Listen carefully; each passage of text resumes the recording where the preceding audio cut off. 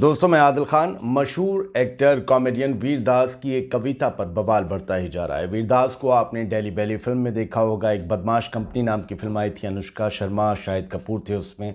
उसमें भी ये वीर दास थे और शानदार एक्टिंग करते हैं। दरअसल वीर दास ने अमेरिका में एक कार्यक्रम में भारत को लेकर टिप्पणी की या एक कविता पढ़ी जो बवाल का सबब बन गई। देश विरोधी टिप्पणी इसको माना जा रहा है। इसको लेकर भारत के कई हिस्सों में विवाद और विरोध शुरू हो गया है। इतना ही नहीं, दास के खिलाफ दिल्ली और मुंबई के थानों में उनके खिलाफ शिकायत दी गई है, जबकि कंगना रनौत हमारे राष्ट्रपिता बापू के बारे में बोल रही है, हमारी आज़ादी के बारे में बोल रही है, उस पर कोई शिकायत दर्ज नहीं होती है। कथित राष्ट्रवादी लोग वीरदास के खिलाफ ही शिकायत दर्ज करवा सकते हैं, जो देश के लोगों को आईना दिखाते हैं। वीरदास की कविता को सुनने से ज़्यादा समझने की ज़रूरत है। आप अपनी आंखें बंद करके उस कविता को सुनेंगे तो आपको लगेगा कि कोई रोज़ की घटनाओं से जुड़ा हुआ अखबार पढ़ रहा है और आप उसको सुन रहे हैं और वो घटनाएं सच हैं और आपकी आंखों के सामने दौड़ रही हैं। वीरदास अपनी कविता में दो सोच और दो समाजों में बंट चुके भारत के बारे में लिखते हैं। वो गंभीरता से लिखते हैं। वो हर उस मुद्दे को छूते हैं जिसको अनछुआ रखा जाता है, जिसको हमारी डिबेट्स में उठाया नहीं जाता। उनकी कविता कुछ यूं कहती है और इसका शीर्षक है, मैं उस भारत से आता हूँ। शुरू करते हैं। मैं एक उस भारत से आता हूँ जहाँ बच्चे एक दूसरे का हाथ भी मास्क पहनकर पकड़ते हैं, लेकिन नेता बिना मास्क एक दूसरे को गले लगाते हैं।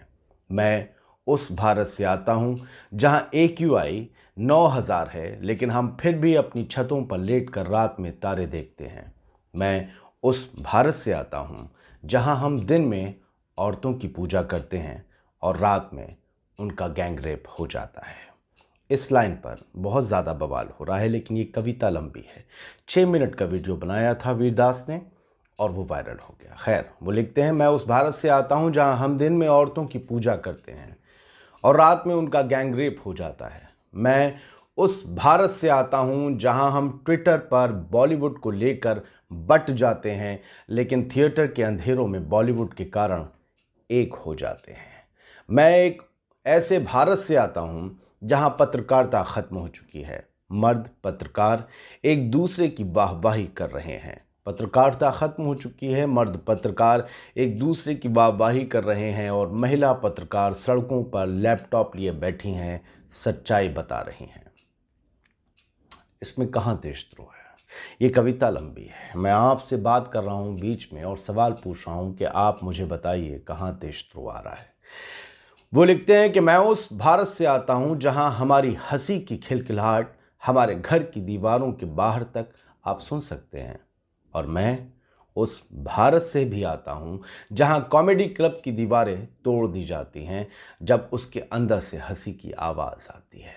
जब उसके अंदर से हंसी की आवाज़ आती है। क्या आपको वो कॉमेडियंस याद नहीं हैं जिनके थिएटर्स में शो कैंसिल करवाए गए और ये कह दिया गया कि ये हिंदुओं का अपमान कर रहे हैं, जबकि ऐसा कुछ नहीं था। उसने तो वो कविता पढ़ी भी नहीं थी जिसका इल्ज़ाम उस पर था।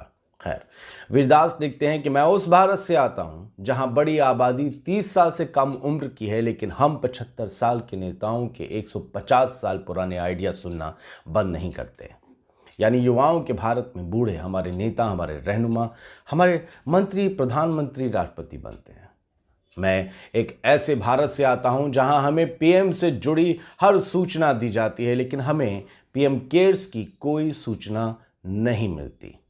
शायद ये वजह हो सकती है विरोध की। शायद ये वजह हो सकती है वीरदास के खिलाफ शिकायत की, जो वो पूछते हैं कि प्रधानमंत्री से जुड़ी हर सूचना जब हम तक आसानी से और हमारे बिना मांगे पहुंचाई जाती है, तो PM केयर फंड की सूचना हमें मांगने पर भी क्यों नहीं दी जाती। वीरदास लिखते हैं कि मैं एक ऐसे भारत से आता हूं जहां औरतें साड़ी और स्नीकर पहनती हैं और इसके बाद भी उन्हें एक बुजुर्ग से सलाह लेनी पड़ती है जिसने जीवन भर साड़ी नहीं पहनी। मैं उस भारत से आता हूँ जहाँ हम शाकाहारी होने पे गर्व महसूस करते हैं, लेकिन उन्हीं किसानों को कुचल देते हैं जो ये सब्जियाँ उगाते हैं।